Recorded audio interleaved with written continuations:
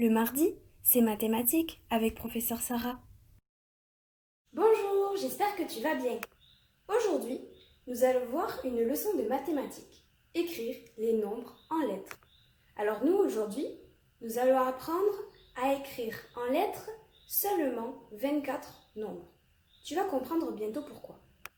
Donc tout d'abord, il faut que tu saches écrire en lettres les chiffres. Donc 0, 1, 2, 3, 4, 5, 6, 7, 8 et 9.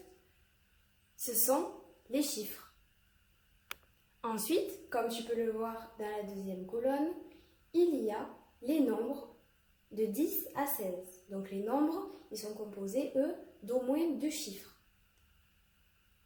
Ensuite, comme tu peux le voir dans la troisième colonne, il faut que tu saches écrire en lettres 20, 30, 40, 50 et 60. Donc on va de 10 en 10, de 20 à 60. Et les derniers nombres que tu dois savoir écrire sont 100 et 1000. Je vais maintenant t'expliquer pourquoi ces 24 nombres permettent à écrire d'autres nombres. En effet, avec les 24 nombres écrits au tableau, on peut écrire tous les nombres de 0 à 999 999. Tu l'as bien compris, la seule manière de les mémoriser est de les connaître par cœur. Pour mieux les mémoriser, je te donne un petit conseil. Il faut donc ne pas les apprendre tous à la fois. Ça ferait beaucoup trop. Par exemple, tu peux en apprendre 4 par jour. Tu verras, ça sera beaucoup plus facile. Pour t'aider, je t'ai souligné en rouge toutes les lettres muettes, c'est-à-dire que tu n'entends pas quand tu prononces le mot à l'oral. D'où l'importance de les connaître par cœur. Cependant, il faut aussi que tu saches qu'il y a 3 règles à connaître pour écrire correctement les nombres en lettres. La première est de mettre un tiret entre les dizaines et les unités.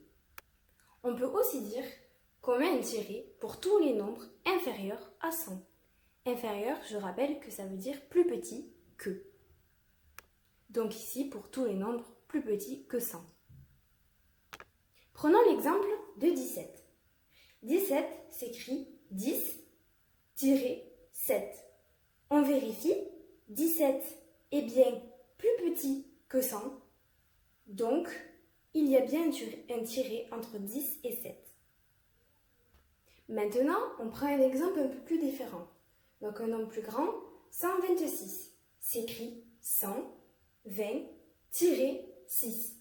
Alors pourquoi nous avons mis un tiret entre 20 et 6 ? Parce que 26 est bien inférieur à 100. On ne prend pas le nombre entier 126. Entre 100 et 20, on ne peut pas, parce que 120 est plus grand que 100, donc supérieur, on peut dire aussi, alors que 26 est plus petit, donc ça marche. La deuxième règle est de mettre un S à 20 ou 100 quand ils sont multipliés et qu'il n'y a rien derrière. Donc, nous allons voir un exemple ensemble. Mais avant, je vais te donner une technique pour mieux mémoriser cette deuxième règle. Donc, pour que 20 et 100 n'aient pas froid, puisqu'il n'y a rien derrière eux, ajoute un S comme si tu en mettais un manteau. Donc, tu les habilles pour pas qu'il n'ait froid. Avec l'exemple de 80. Donc, 80 s'écrit 4-20. Donc, comme il y a 80, ça veut dire que 20, eh bien, il est multiplié par 4. Donc, voilà. Et puisqu'il n'y a rien derrière 20, donc après 20 si tu préfères, eh bien, on met un S. Un autre exemple, avec 90. Donc, 90 s'écrit 4-20-10. 20 est bien multiplié par 4. Mais il faut aussi vérifier si après 20, il y a quelque chose. On regarde, il y a 10, que j'ai entouré en rouge. Puisqu'il y a 10 après, eh bien, on n'accorde pas et donc on ne met pas de S. La troisième et dernière règle que tu dois connaître, c'est qu'il ne faut jamais mettre de S à 1000, car c'est un mot invariable. Invariable, ça veut dire qu'il ne change jamais d'orthographe.